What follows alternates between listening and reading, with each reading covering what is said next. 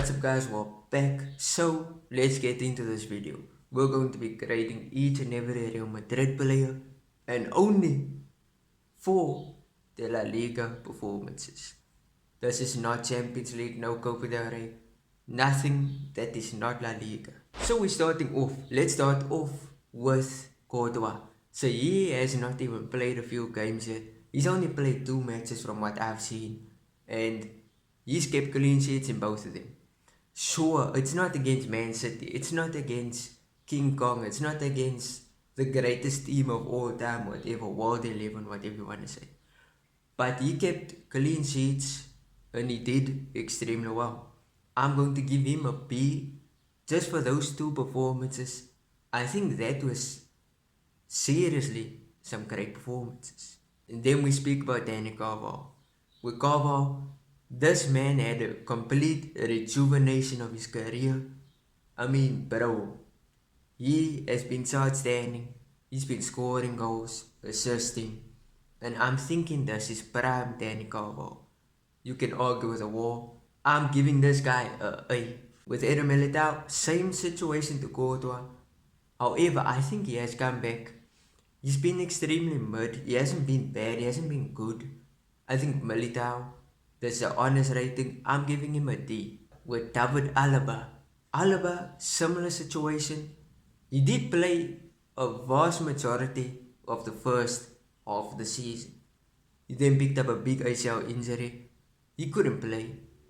And I'm going to be judging him only on the early part of the season. I thought it was decent. You know, fans were complaining because of his matches against Atletico. They thought it was lackluster performances. I'm going to give Alaba a fair rating. I'm going to give him a C. Jude Bellingham.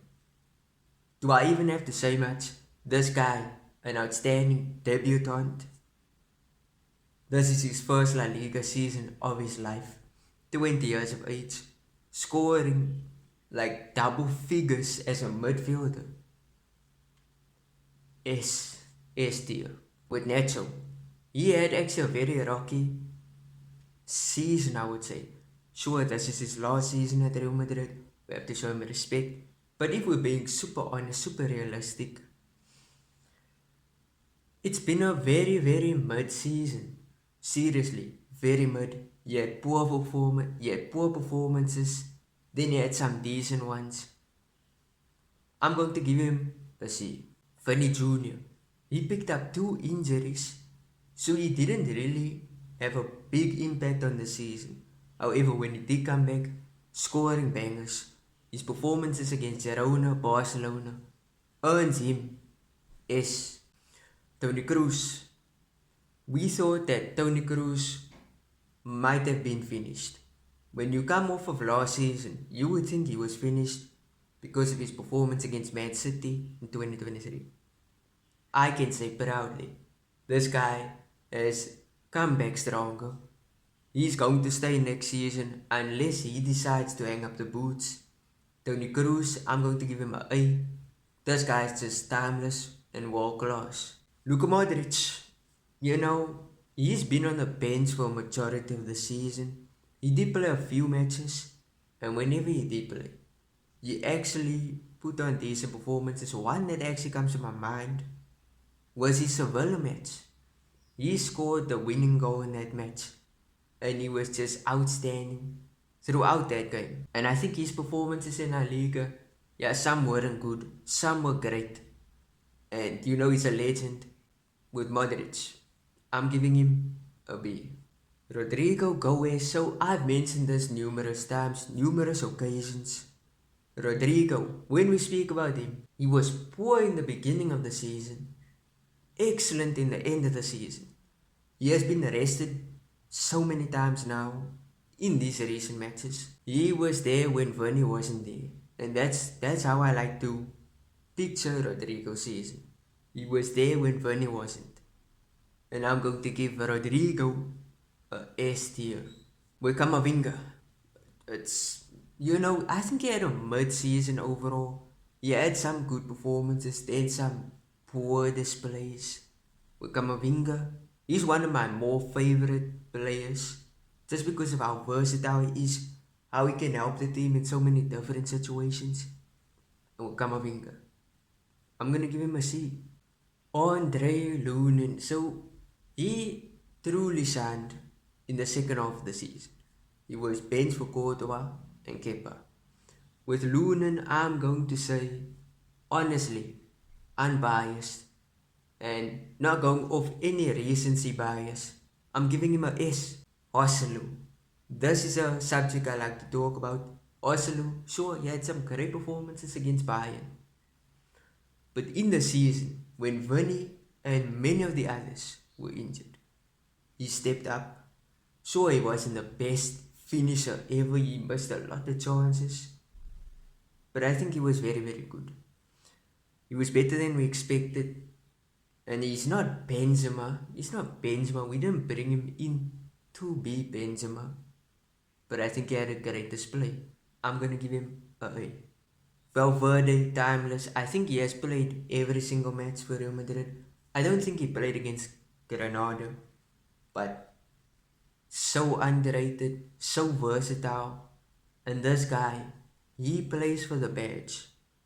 And you know, this season, this entire season, I've just been glazing this guy, which I don't give him criticism because I think he's actually a perfect player.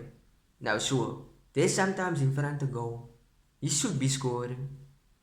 He doesn't score. But Valverde, I'm gonna give him a S. Lucas Vasquez. Vasquez hasn't played that much, but when he did play, he either scores, he assists, has a masterclass, and I'm going to give Vasquez a B. Tchouaméni. We have not lost a single game in which Tchouaméni has started. That should be enough for you to understand that this guy should be in S tier. Not to mention, he has played CB, CDM.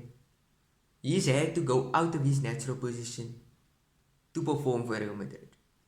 S tier.